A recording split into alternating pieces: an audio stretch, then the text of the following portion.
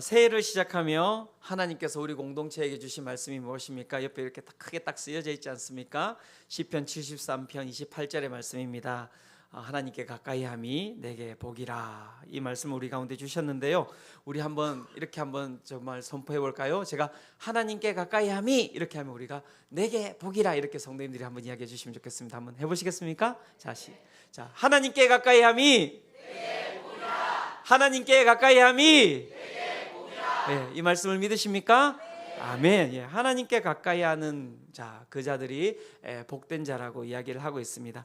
하나님께 가까이 하는 자, 그 복을 받는 자들의 이름, 그 이름은 다른 것이 아닌 바로 그리스도인이라는 이름입니다. 그리스도인의 뜻은 무엇입니까? 단순히 예수님을 믿는 사람이 아닌 그리스도를 따르는 사람, 예수님을 따르는 사람, 그리고 그리스도를, 예수님을 사랑하는 사람, 그리고 그의 말씀을 따르고 지키는 사람, 그 사람을 우리는 그리스도인이라고 이야기를 하고 있는 것입니다.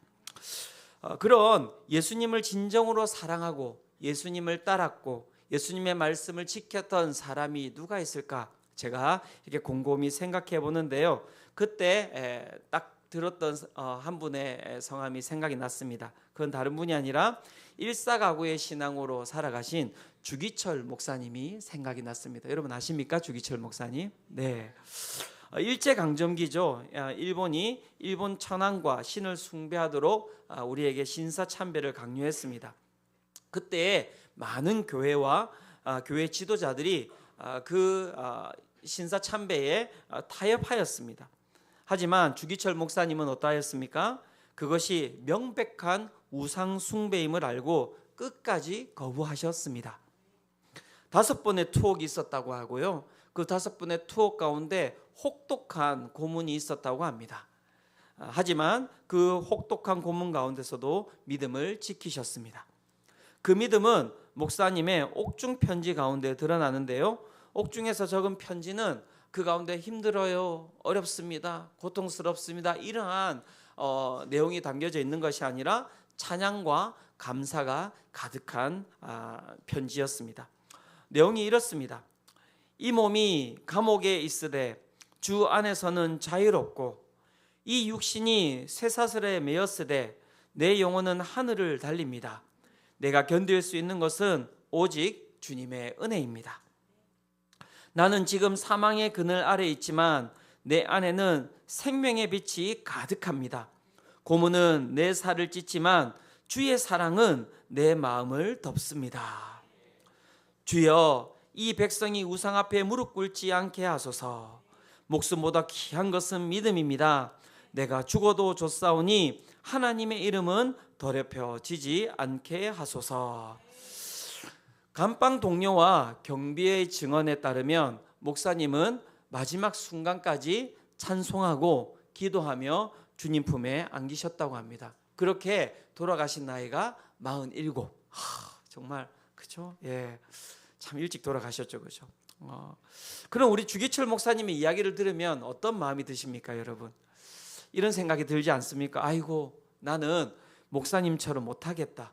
그러면서 그리스도인이 되는 것 너무 힘든 것 같은데, 그런 생각하지 않으십니까? 주기철 목사님께서 우리 가운데 보여주신 것은 무엇일까요? 우리의 시선은 항상 좀 왜곡된 것에 꽂혀 있는 것 같습니다. 그분이 받은 고통, 그분이 받은 고난, 그분이 받은 핍박 가운데 우리의 시선은 고정되어 있지만요, 주기철 목사님께서 우리 가운데 보여주고자 하셨던 것은 고통과 고난과 핍박이 아닙니다. 예수 믿으면 고통받아요. 예수 믿으면 고난받습니다.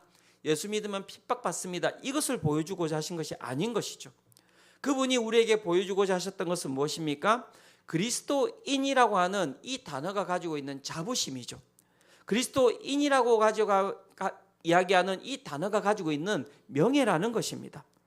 하나님으로부터 받은 복이 너무나 크기 때문에, 예수 그리스도를 너무나 사랑했기 때문에, 그 믿음은 목숨보다 귀하다고 하는 그 고백, 무엇과도 바꿀 수 없다라고 하는 그 고백, 그리스도인으로서의 자부심과 명예를 버리지 않으신 것이죠. 그것을 우리에게 보여주고자 하셨던 것입니다. 이 땅을 살아가는 이 그리스도인들, 한국교회가 잃어버린 것이 무엇입니까? 그것은 다른 것이 아니라 이 주기철 목사님이 지키셨던 그 그리스도인이라고 이야기하는 그 단어의 자부심과 그 단어의 정체성과 그 단어가 가지고 있는 명예로움을 잃어버린 것 아닐까요? 이런 찬양이 있죠. 우리에겐 소원이 하나 있네. 주님 다시 오실 그날까지 우리 가슴에 새긴 주의 십자가 사랑, 주의 교회를 사랑케 하네. 주의 교회를 향한 우리 마음, 희생과 포기와 가난과 고난, 하물며 죽음조차 우릴 막을 수 없네. 우리 교회는 이 땅의 희망.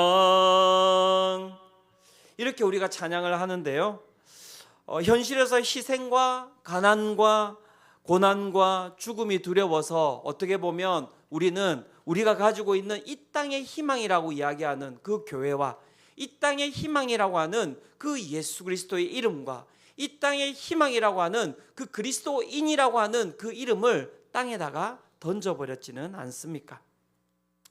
새해를 시작하는 첫 주일, 정말 이 말씀 앞에서 우리는 다시금 마음을 바로 세워야 합니다. 그리스도인이라 일컬음을 받는 자로 살자. 사랑하는 성도 여러분, 그리스도인으로 살아가시기를 축원합니다. 우리가 정말 들어야 할 그 이름입니다. 우리가 세워야 할 그 이름이고요, 주기철 목사님이 포기하지 못했던 그 그리스도인이라고 하는 그 이름을 이 2026년 우리가 들으며 살아가기를 소망합니다. 그렇다면 그리스도인이라고 하는 이 이름은 어떤 의미를 가지고 있는 것일까요? 이 그리스도인이라고 하는 사람들은 어떤 사람일까요? 오늘 우리가 읽은 본문 사도행전 11장은 그리스도인이라는 단어가 처음 등장하는 장면을 보여줍니다. 그러니까 정말 예수님께서 오시고 난 이후에 수많은 그 사건들이 벌어지고 일어났는데요, 그 가운데서 한 번도 그리스도인이라는 그 이름이 등장하지 않다가 오늘 우리가 읽었던 이 사도행전 11장 이 본문에 처음으로 그리스도인이라고 하는 이 단어가 등장하는 것입니다. 사도행전 11장 26절인데요, 같이 한번 읽어보도록 하겠습니다. 함께 읽겠습니다. 자, 시작. 만남에 안디옥에 데리고 와서 둘이 교회에 1년간 모여 있어 큰 무리를 가르쳤고 제자들이 안디옥에서 비로소 그리스도인이라 일컬음을 받게 되었더라. 아멘. 그리스도인이라 일컬음을 받게 되었더라. 그리스도인이 비로소 그리스도인이라고 하는 그 그리스도인이라는 이름이 처음 등장하게 되는데요, 성경은 이 이름을 갖다가 등장시키면서 구체적으로 이들이 무엇을 해서 이 이름을 얻게 되었는지 직접적으로 설명하지는 않습니다. 그 이유는 무엇 때문입니까? 다른 것이 아닙니다. 이미 우리가 읽어왔던 사도행전 1장부터 쭉 우리가 이 본문을 살펴보고 있는데요, 사도행전 전체를 통해서 그리스도를 따르는 사람들, 예수님을 따르는 사람들이 어떤 사람들인지에 대해서 계속해서 밝혀왔기 때문에 구체적으로 그리스도인이 이런 행동을 하는 사람들이라고 설명하지 않는 것이죠. 그런 부분에 오늘 제가 이제 설교를 우리 말씀을 이제 전하면서 우리 성도님들에게 이야기 드리고 싶은 것은, 오늘 설교는 아주 구체적인 하나의 어떤 사건을 여러분들에게 이야기 드리면서 이끌어가는 것이 아니라 좀 사도행전의 전체적인 큰 부분을 이야기하면서 설명을 드릴 것이기 때문에 주의를 잘 집중해서 설교를 들으셨으면 좋겠습니다. 자, 그렇다면 이 사도행전에서 이야기하는 그리스도인들은 어떤 사람들인지에 대해서 우리가 한번 살펴보고자 하는데요, 그리스도인들의 특징을 두 가지로 살펴볼 수가 있습니다. 첫 번째, 그리스도인들은 어떤 사람입니까? 라고 이야기할 때 그리스도인들은 성령에 충만한 사람들이다 라고 이야기를 하고 있습니다. 사도행전의 중심은 언제나 성령의 역사입니다. 그러니까 이 교회가 끊임없이 복음이 전파되는 것은 누가 이끌어가는가라고 할 때 사람이 아니라 성령이라고 하는 하나님의 영이 계속해서 이끌어 가시는 것을 볼 수가 있는데요. 예루살렘과 그 다음에 예루살렘을 벗어나서 사마리아라고 하는 땅, 그리고 사마리아를 넘어서서 그리고 이방의 땅으로 복음이 확장될 때마다 새로운 그리스도인들이 생깁니다. 그런데 그 새로운 그리스도인들이 생길 때마다 계속해서 반복되는 것이 무엇이냐면 성령께서 임하신다는 것입니다. 그러니까 그리스도인이 된다고 하는 것, 그것은 무엇과 밀접한 연관이 있다는 것입니까? 성령이 임하시는 것과 아주 밀접한 연관이 있다라고 이야기를 할 수가 있는 것이죠. 본문을 살펴보면 사도행전 2장 4절에서 5절입니다. 예루살렘에 그 가운데 그리스도인들이 거하였을 때 그때 예루살렘에 어떤 일이 일어났는지 이제 사도행전 2장 4절에서 5절이 이야기를 해주고 있는데요. 이 부분도 같이 한번 읽어보도록 하겠습니다. 함께 읽겠습니다. 자, 시작.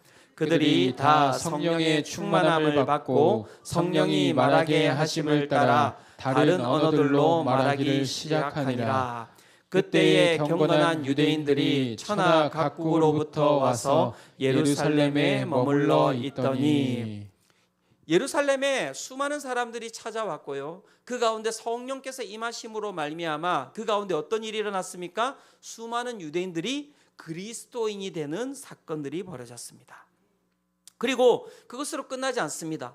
그 복음은 또 어떻게 전파됩니까? 예루살렘에서 사마리아 땅으로 넘어가게 되거든요. 그 사마리아 땅으로 넘어갔을 때도 똑같은 현상들이 일어나고 있는데 사도행전 8장 14절에서 17절입니다. 제가 읽어보도록 하겠습니다. 예루살렘에 있는 사도들이 사마리아도 하나님의 말씀을 받았다 함을 듣고 베드로와 요한을 보내매 그들이 내려가서 그들을 위하여 무엇 받기를 기도하니? 성령 받기를 기도하니 이는 아직 한 사람에게도 성령 내리신 일이 없고 오직 주 예수의 이름으로 세례만 받을 뿐이더라. 이에 두 사도가 그들에게 안수하며 무엇을 받는지라? 성령을 받는지라. 예루살렘에서 그 가운데 사마리아라고 하는 이 땅으로 그 가운데 복음이 전파되었는데요. 그 가운데 그리스도인이 그 가운데 생겨났는데 사마리아 땅의 그리스도인들도 무엇을 통하여서 그리스도인이 되었습니까? 성령을 받음으로 말미암아 그리스도인이 되었다. 이렇게 이야기를 하고 있는 것이죠. 그리고 사마리아를 넘어서 복음은 어디로 또 전파되게 되어 있습니까? 이방 땅으로 전파되게 되어 있는데요. 그 첫 번째 그 복음을 받은 사람이 누구입니까? 고넬료라고 하는 사람입니다. 고넬료 기억하십니까? 네. 좀 눈빛이 몇 분 흔들리셨어요. 이렇게. 네. 자, 고넬료라고 하는 이방인이 그 가운데 그리스도인이 되는 장면이 나오는데요. 그 장면도 똑같습니다. 사마리아를 넘어서 이방인 고넬료의 집에서 베드로가 이제 그들에게 복음을 전파하고 그들이 그리스도인이 되는 장면입니다. 사도행전 10장 44절에서 46절인데요. 이렇게 말씀이 전하고 있습니다. 베드로가 이 말을 할 때에 성령이 말씀 듣는 모든 사람에게 내려오시니 베드로와 함께 온 할례받은 신자들이 누구에게도?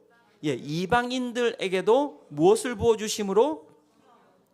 성령을 부어주심으로 말미암아 놀라니 이는 방언을 말하며 하나님 높임을 들음이러라.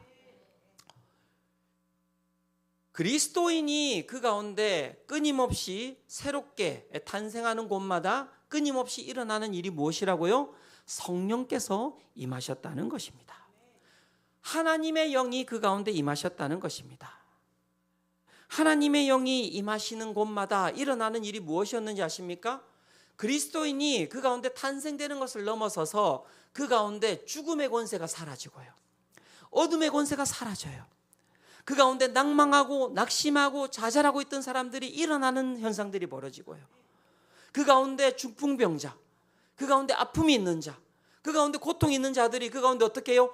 회복되는 역사들이 일어나는 것이죠. 사도행전을 계속해서 읽어보시면 성령께서 끊임없이 그 가운데서 세상을 향하여서 뻗어나가시는데요.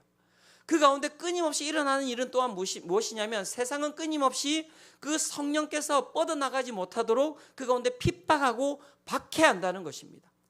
하지만 그 세상이 가지고 있는 핍박도, 세상이 가지고 있는 박해도 성령께서 끊임없이 세상을 향하여서 나아가는 그 길을 어떻게 해요? 막지 못하는 것이죠. 왜 그렇습니까? 하나님의 영은 빛이기 때문에 그렇습니다. 하나님의 영은 생명이기 때문에 그렇습니다. 그래서 그 영을 받은 그리스도인들 또한 어떻게 살아가는 자들입니까? 생명과 빛으로 살아가는 자들이 되는 것이죠. 그리스도의 영을 받은 자들, 하나님의 영을 받은 자들, 그들에게 공통적으로 그 가운데 일어나는 사건이 있는데요. 그것은 무엇인지 아십니까? 바로 다른 것이 아니라 예수를 그리스도, 주로 고백한다는 것입니다. 고린도전서 12장 3절에 보면 이렇게 이야기하고 있습니다. 그러므로 내가 너희에게 알리노니 하나님의 영으로 말하는 자는 누구든지 예수를 저주할 자라 하지 아니하고 또 성령으로 아니하고는 누구든지 예수를 주시라 할 수 없느니라. 사랑하는 성도 여러분, 예수 그리스도께서 여러분들의 주님이 되심을 믿으십니까? 그렇다면 여러분, 이미 여러분들은 성령 받으신 줄 믿으시기를 축원합니다. 성령이 아니고서는 예수 그리스도를 주라고 고백할 수 없다라고 이야기하고 있는 것이죠. 그러면 그냥 그리스도인들은 예수 그리스도를 주라고 고백하는 것으로 끝나는 것입니까? 그렇지 않습니다. 예수 그리스도를 주라고 고백하는 자들, 그 가운데서 그 성령이 임하신 자들, 그들 가운데 나타나는 표징이 있어요. 그들이 살아갈 때 그 가운데 끊임없이 맺는 열매가 있다는 것입니다. 사람은 아시죠? 살아가면서 열매를 맺는데요, 어떤 사람은 죽음의 열매를 맺고요, 어떤 사람은 살아가면서 생명의 열매를 맺는데, 그리스도인들이 맺는 열매가 무엇인지에 대해서 갈라디아서 5장 22절과 23절이 이렇게 이야기를 하고 있습니다. 이 열매는 바로 예수님의 인격과 예수님의 열매라고 이야기를 할 수 있는 것이죠. 그리스도인들이 맺는 열매, 예수님을 따라가는 자들이 맺는 열매라고 이야기하는 것입니다. 자, 같이 한번 읽어보도록 하겠습니다. 함께 읽겠습니다. 자, 시작. 오직 성령의 열매는 사랑과 희락과 화평과 오래 참음과 자비와 양성과 충성과 온유와 절제니 이 같은 것을 금지할 법이 없느니라. 아멘.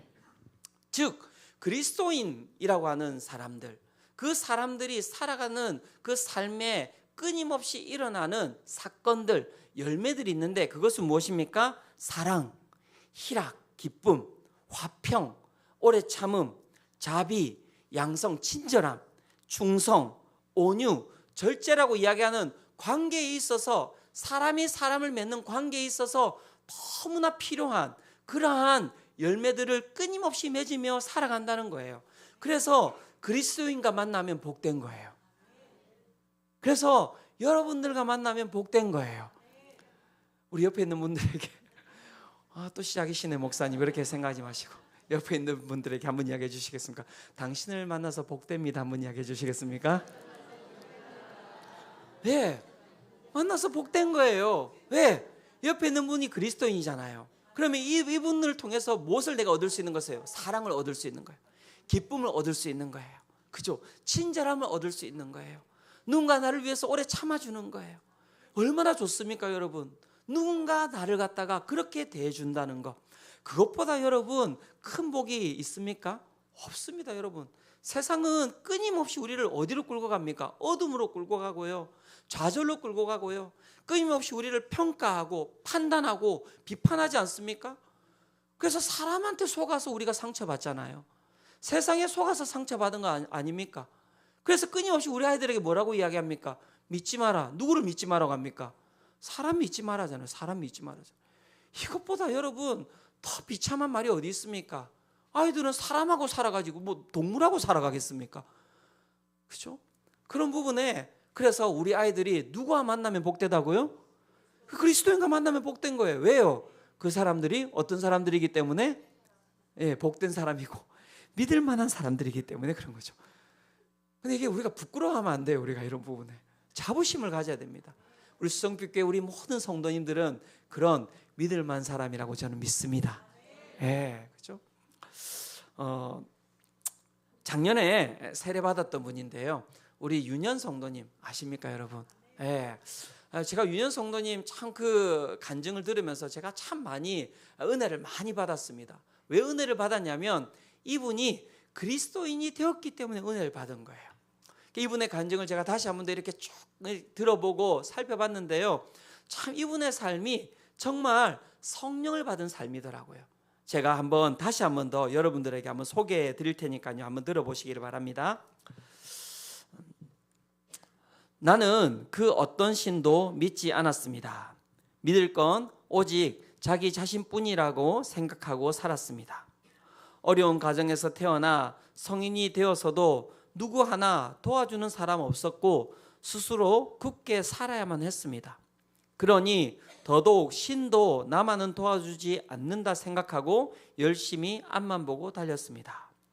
1998년 처음 안경원에 취업하여 한 달에 이틀 쉬고 하루 11시간씩 6년을 넘게 일을 했습니다. 저에게도 돈이란 게 모아지고 직원이 여러 명이 필요한 안경원을 오픈할 기회가 주어졌습니다. 가난했던 내가 안경원 사장이 되고 돈도 벌고 성공했다고 자만하고 교만하게 살았습니다. 그러나 행복은 오래가지 않았습니다. 건물주의 임대료 횡포로 25년간 운영했던 안경원도 쫓겨나야 했고, 믿었던 친구들의 배신, 투자의 실패, 한 번에 감당할 수 없는 소용돌이에 휘말려 버렸습니다. 나의 능력을 믿고 열심히 앞만 보고 달렸는데 결과는 산산조각난 난파선, 거의 끝이 보였던 절벽에서 다시 바닥으로 떨어진 불행한 인간.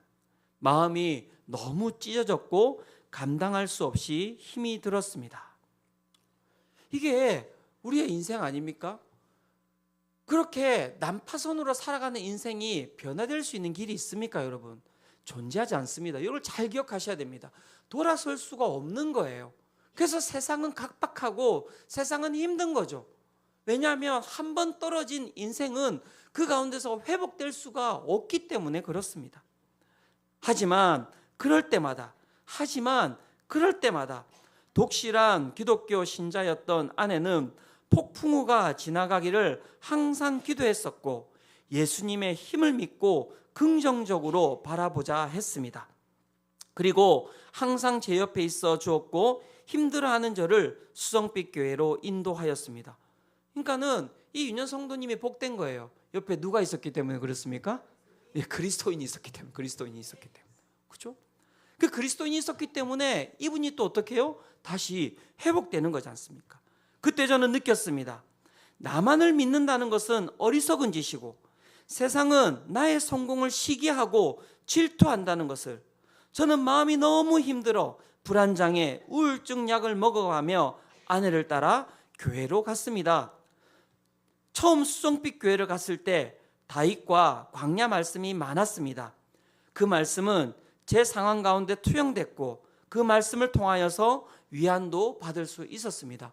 여러분, 다른 게 아니라 이게 바로 여러분 성령께서 그 마음 가운데 찾아가신 거예요. 그리고 이런 일들이 일어났습니다. 좋은 생각을 갖게 되었습니다.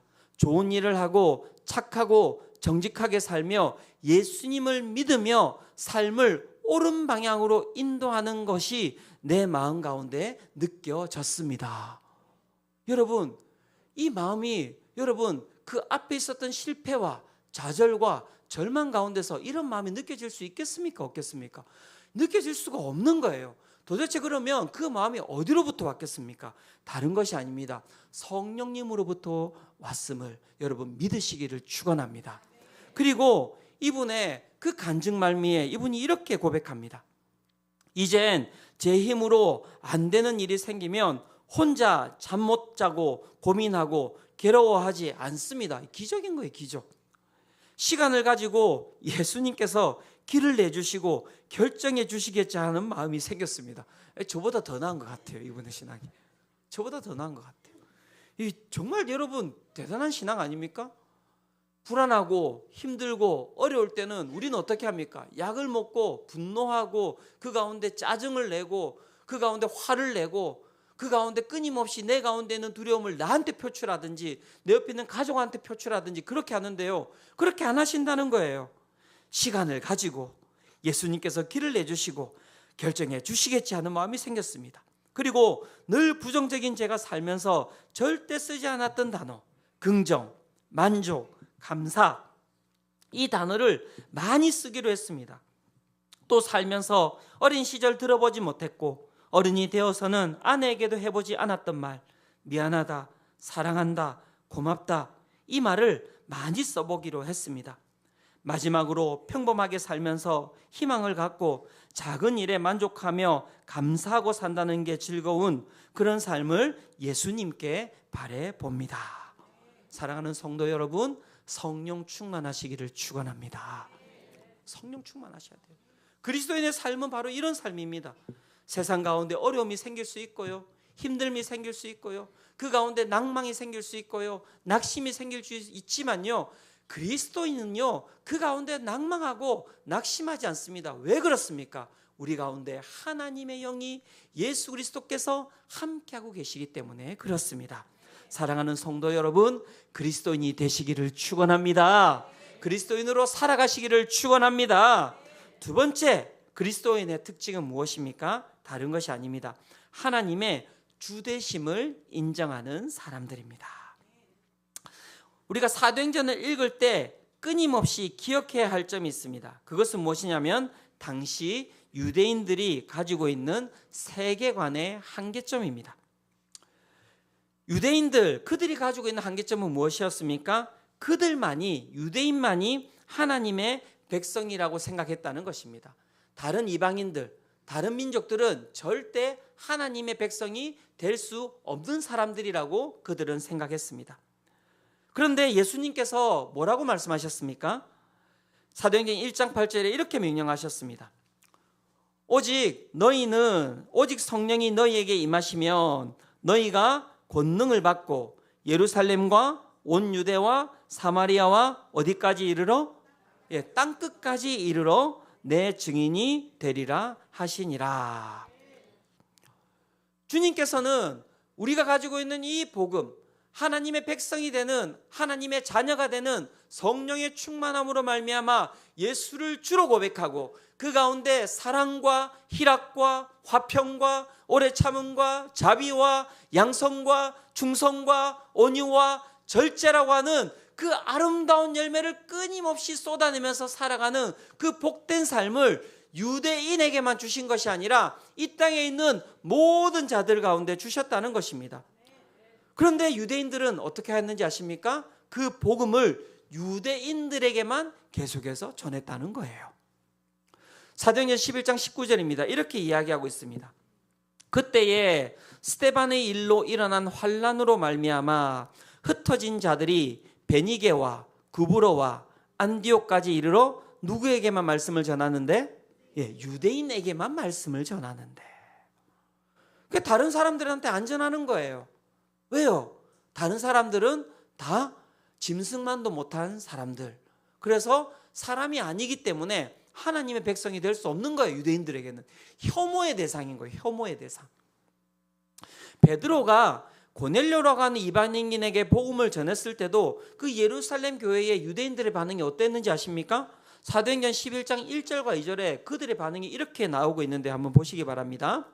유대에 있는 사도들과 형제들이 이방인들도 하나님의 말씀을 받았다함을 들었더니 베드로가 예루살렘에 올라갔을 때에 할례자들이 어떻게 하였습니까? 비난하였다. 너가 어떻게 유대인들하고 이방인들과 함께 했느냐? 어떻게 너 이방인들과 함께 식사를 했느냐라고 비난했다는 거예요. 너가 할 짓을 하지 말아야 할 짓을 갖다가 했다라고 이야기를 하고 있는 것이죠. 그러나 하나님께서 어떻게 하셨습니까? 그 틀을 깨뜨리신 거예요. 베드로가 그들에게 하나님께서 자신에게 어떻게 환상을 보여주셨는지, 그죠? 환상을 3번이나 보여주셨잖아요. 하늘에서 먹지 못할 그 바구니를 내려보내주시면서 어떻게 하셨습니까? 이걸 먹으라고 하셨죠. 그런데 베드로가 어떻게 이야기했습니까? 이거는 속된 것이니까 주님 저는 먹을 수가 없습니다. 그렇게 이야기했더니 하나님께서 뭐라고 말씀하셨습니까? 그냥 먹어. 내가 먹으라잖아. 그냥 먹어. 여러분 먹지 못한 음식이 무엇입니까? 바로 이방인을 뜻하는 것이죠. 이방인을 뜻하는 것이죠.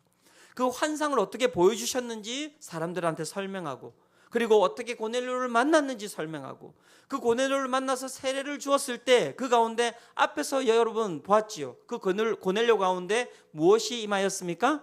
예, 성령이 임하신 것을 그들에게 설명하였습니다. 그렇게 설명하였더니 그 가운데 이 예루살렘 교회가 그것을 어떻게 받아들였는지를 잘 보시기 바랍니다.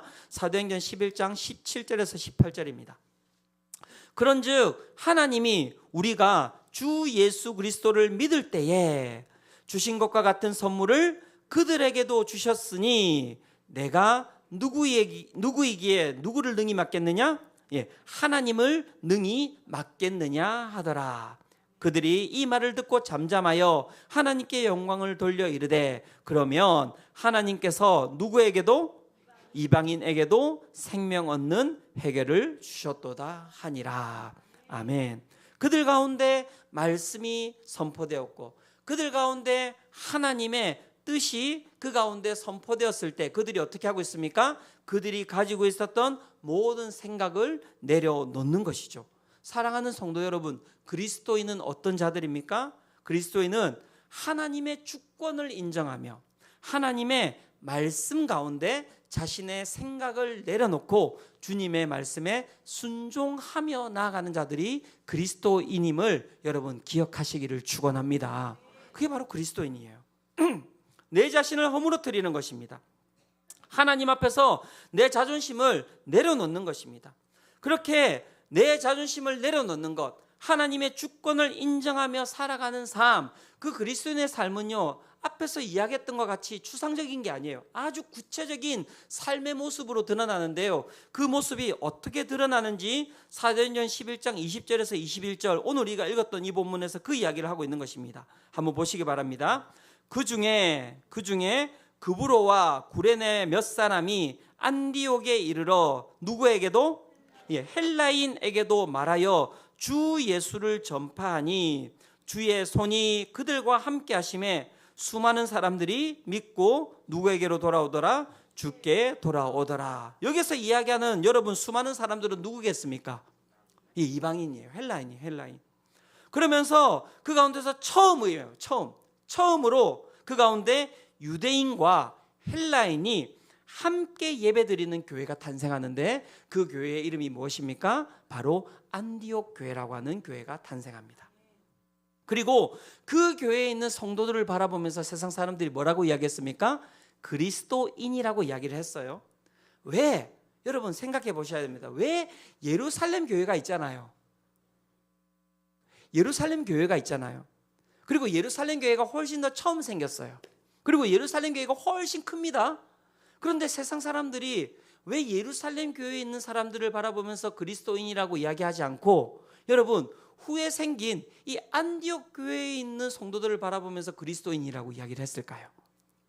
왜 그랬을까요? 표정이, 그걸 알면 제가 여기 앉아 있겠습니까? 이런 표정이세요. 네. 다른 이유가 아니에요. 예루살렘 교회는 유대인들만 있는 교회였어요. 무슨 얘기입니까? 한계가 있는 거예요. 사랑이라고 이야기하는 것이 한계가 있는 교회예요. 그런데 안디옥 교회는 어떤 교회입니까? 유대인이 있고 헬라인이 있는데, 사랑할 수 없는 사람들이, 혐오하는 대상들이 어떻게 해요? 함께 있는 교회예요. 그래서 세상 사람들이 놀란 거예요. 어떻게 저 사람들이 함께 있지? 어떻게 저 사람들이 서로 사랑하지? 어떻게 저 사람들이 서로를 바라보면서 가족이라고 이야기하지? 어떻게 저 사람들이 그렇게 한 식탁에 함께 앉아 있는 것이지? 서로 혐오하는 사람들인데. 그걸 바라보면서 어떻게 해요? 아, 예수님이 사랑이라고 하셨는데, 하나님이 사랑이라고 하셨는데, 아, 하나님의 말씀에 순종하면서 내가 저 사람을 사랑할 수 없는데 주님께서 뭐라고 하시겠습니까? 우리가 옆에 있는 사람을 사랑하지 못하면 사랑하지 말라고 하시겠습니까? 사랑하라고 하시겠습니까? 그렇죠. 사랑하라고 하시겠죠. 그죠? 그러면 그 말씀이 어떻게 해요? 우리가 순종할 때 그 가운데서 세상 사람들이 우리를 바라보면서 뭐라고 이야기한다고요? 와, 저 사람들 그리스도인이네 라고 이야기를 하게 된다는 것이죠. 그것이 바로 여러분 그리스도인의 삶이라고 이야기하는 것입니다. 그래서 그리스도인들이 걸어가는 곳곳마다 일어나는 일이 무엇인지 아십니까? 사랑이 꼽히는 거예요. 사랑이 꼽히는 거예요. 오늘도 혐오받던 사람들이, 오늘도 소외받던 사람들이, 오늘도 고통받던 사람들이 교회가 생기면 그 가운데 일어나는 일이 무엇이겠습니까? 사랑받는 거예요. 전혀 공감을 못 하시는, 사랑받는 거예요. 회복받는 거예요. 치유받는 거예요. 제가 이전에도 한번 이야기 들었는데요, 교회를 개척하고 참 안타까운 이 일이 있었습니다. 그 동남아시아에서 아마 이제 한국으로 이제 근로 노동자로 오신 분 같아요. 그래서 이 문의가 들어왔어요. 자녀하고 같이 이렇게 있었던 것 같은데, 목사님, 저희가 교회를 가려고 하는데 이 교회 이렇게 가도 됩니까? 이렇게 문의가 온 거예요. 그래서 제가 뭐라고 이야기를 드렸겠습니까? 당연하죠. 당연히 오시라고. 당연히 오시라고. 그런데 이분이요, 오셨을까요? 못 오셨을까요? 못 오시는 거예요. 왜 못 오셨을까요? 여러분 기억하셔야 됩니다. 나 때문이에요. 나 때문에. 여러분 때문이에요. 우리 때문이에요. 왜요? 우리가 가지고 있는 사랑에 대한 한계 때문이에요. 저는 우리 수정빛 교회가 그 한계를 깨트리는 교회가 되기를 소망합니다. 모든 사람을 안아줄 수 있는 교회, 예수 그리스도의 사랑으로 정말 사랑을 그 가운데서 흘려보낼 수 있는 교회, 그런 교회가 되기를 소망합니다. 그것이 무엇입니까? 바로 그리스도인으로서 살아가는 삶이라고 이야기를 하고 있는 것이죠. 결론을 맺고자 합니다. 사랑하는 성도 여러분, 새해에 우리는 우리의 이름을 회복하여야 합니다. 성령과 말씀 가운데 주님께 순종하며 그리스도의 향기를 세상에 드러내는 삶을 살아가기를 소망합니다. 그리스도인이라는 이름에 여러분 자부심을 가지고 살아가기를 원합니다. 왜 그렇습니까? 이 이름에 능력이 있기 때문에 그렇습니다. 이 이름을 가지고 살아가는 자들의 삶은 빛이고요, 이 이름을 가지고 살아가는 자들은 이 땅 가운데 소망이 되는 거예요. 이 사람들이 거하는 곳마다 어둠이 사라지는 것입니다. 이 사람들이 거하는 곳마다 그 가운데 분열이 사라지는 것이고요, 이 사람들이 걸어가는 곳곳마다 여러분 그 가운데 회복과 치유의 역사가 일어나는 것이죠. 2026년 그리스도인이라 일컬음을 받는 자로 세상의 빛과 소금의 역할을 감당하며 나아가는 복된 삶이 되시기를 축원합니다.